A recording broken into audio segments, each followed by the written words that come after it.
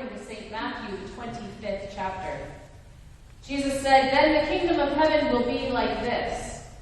10 bridesmaids took their lamps and went to meet the bridegroom. 5 of them were foolish, and 5 were wise. When the foolish took their lamps, they took no oil with them, but the wise took flasks of oil with their lamps. As the bridegroom was delayed, all of them became drowsy and slept. But at midnight there was a shout, 'Look, here is the bridegroom, come out to meet him.' Then all those bridesmaids got up and trimmed their lamps. The foolish said to the wise, 'Give us some of your oil, for our lamps are going out.' But the wise replied, 'No, there will not be enough for you and for us. You had better go to the dealers and buy some for yourselves.' And while they went to buy it, the bridegroom came. And those who were ready went with him into the wedding banquet, and the door was shut. Later the other bridesmaids came also, saying, 'Lord, Lord, open to us.' But he replied, 'Truly, I tell you, I do not know you.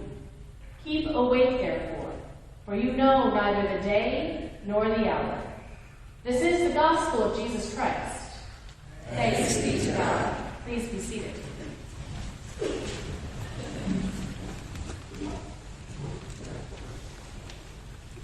A brief preface before I go into what the Spirit sent for us today. As I was looking at the hymn of the day again, I was reminded that early in the week when we chose the hymn of the day, I was sitting with these texts going, I don't know how to believe this stuff. And I think I need to tell the congregation that it's okay to not always believe this stuff and to wrestle with it and to find it really weird and to hear a passage like 5 people who are able to prepare ahead of time are going to be accepted and 5 who thought the person would be on time and didn't prepare just in case they didn't show up in time aren't going to be accepted. If you hear these kinds of verses and you get a little nervous and you don't really like it and it feels weird and you kind of have a little bit of unbelief, join the crowd. It's really okay. That's okay. It's okay to doubt. It's okay to question. Even your pastor does it. Not all of this stuff makes sense to us. Not all of this stuff is understandable. It's okay to question, and it's okay to doubt. So hear that. And then what the Spirit gave about encouragement. So I'm about halfway through my continuing education class. I began it in September. Instead of going to a conference or to an event for my continuing education this year, I decided that I would enroll in an online course. So I have been taking an online course. Many of the other students in the class are studying from around the country to be associates in ministry in the ELCA, which is another rostered position in our denomination, although it is not ordained. And they are studying the same things that we study in our seminaries. Of course, the class that I'm taking is called From Jesus to Luther, and it's early church history. So from the time of Christ to the time of Luther, it's that period of time that we're covering. I did take this class in seminary. Absolutely did. Same book, not a mark in it. I assumed that with my faulty memory of the class, I must have taken the class in my first year when I was feeling a little bit overwhelmed by moving from small town Pennsylvania to Berkeley, California, and was in the process of falling in love and the Gospels opening up to me for the first time and all sorts of crazy things. But yesterday, I went back and I actually looked at my papers from the class. Like, they're still on my computer, so I pulled up to see when I took this course. And it was fall of 2001. I was 23 years old. My birthday was 2 days after the Twin Towers fell. And now it makes more sense that I can't remember very much of my early Christian history course when so much history was being created around me. So I'm retaking the class. Same book, different setting, much better retention, and very, very, very different lessons learned. Now, I remembered that Thessalonians is the oldest book we believe in our New Testament. I remembered this because I thought it was weird, confusing, and annoying that the books in the Bible were in no understandable order, and this fact just proved it even more. Not only are they not alphabetical, they're not even chronological, which is really annoying, especially for someone who's new to the faith and they're trying to find their way around this book, and there's no sensical order to these things. How is someone supposed to know that this little letter is the oldest document we have in our Greek scripture? Scholars think that this letter was written around the year 51. And Paul was writing to folks who were facing some pretty tough stuff. And by pretty tough stuff, I mean the faith was illegal. The whole first 300 years of Christian history is all about the martyrdoms and persecutions and the death that is brought on by being people of faith. And much of our foundation in our history is how do we live as people who started out of a persecuted Christianity or persecuted followers of the way, and how do we make sense of that once it becomes legal under Constantine? This is all important stuff. And in those first years of our faith, the people were facing death around every corner, and many of them because of their belief. And Paul was writing to the people of Thessalonica, to folks who were facing this reality and this existence, and assured them that Christ would be back. And when he first started talking to them and teaching them, he was saying, Christ's going to be here like tomorrow. So don't worry about anything at all. Jesus will be here tomorrow, and it's going to be okay. And already time had passed, and Jesus wasn't back yet. People were starting to die. The community was worried. They were frightened. And frankly, so was Paul.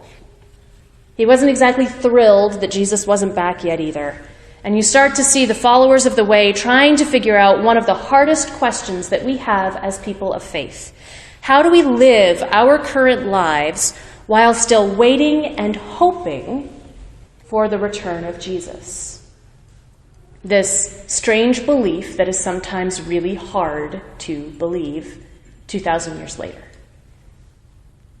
As we come to the end of our church year, our texts become more and more about the end of the world and the second coming. And as we're in the year of Matthew, we hear more and more the harsh consequences that come when the world does not abide by the love of God and God's kingdom. And the stories sound a lot like our news does today. Violence, pain, suffering, exclusion, misunderstandings, judgments, loss, fear, desperation, and we wait. So how do we do it? How do we wait in our modern culture when towers fall and wars rage in response for over a decade? How do we wait with integrity when the oil in our lamps may have gone out a long time ago? I believe Paul gives us a way to wait with the words of verse 18. Therefore, encourage one another. Now, I don't remember many details of my history class that second year of seminary. I do remember this. I learned how to knit that semester. I had found a shop just outside of Berkeley of a woman who spun her own wool and silk yarn and then dyed them in plant dyes. Very Berkeley, very Portland. And she taught me how to knit. And we sat in her shop and we talked about the tragedy that had happened. And we knit. And I made a scarf. And then mittens for myself, the warmest and coziest mittens I've ever experienced. I made socks that actually fit my feet. Soft, gentle socks. And I made hats. I made hats for everybody I knew. I made hats and gave them away like mad. And through it all, we encouraged one another. We talked about the overwhelming grief in our country and the frightened response that was happening, and we knit the yarn from her hands into something warm and comforting for each other and for those around us. And we encouraged one another to believe that there would come a day when the wars would cease and the grief would end, and we remained in community with one another. We who live 2,000 years after the time of Christ are not frightened by the thought that Jesus won't be here tomorrow. In fact, I'm going to guess that most of us might be a little frustrated that our Thanksgiving plans won't come to fruition if Jesus shows up tomorrow. But still we are waiting. We wait for the end of violence.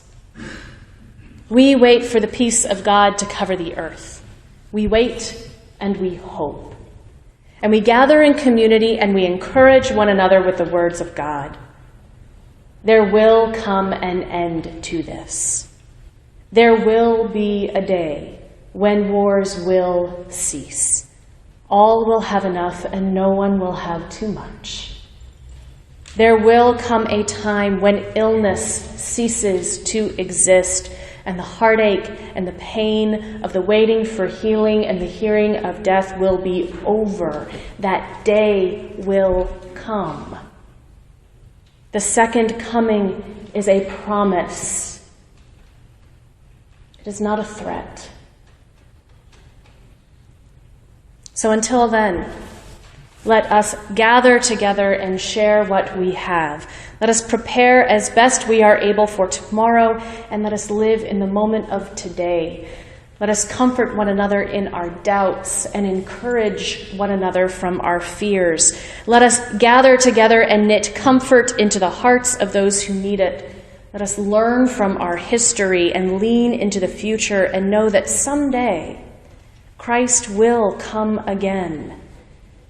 And as a community, beloved children of God, we will be ready together. Thanks be to God.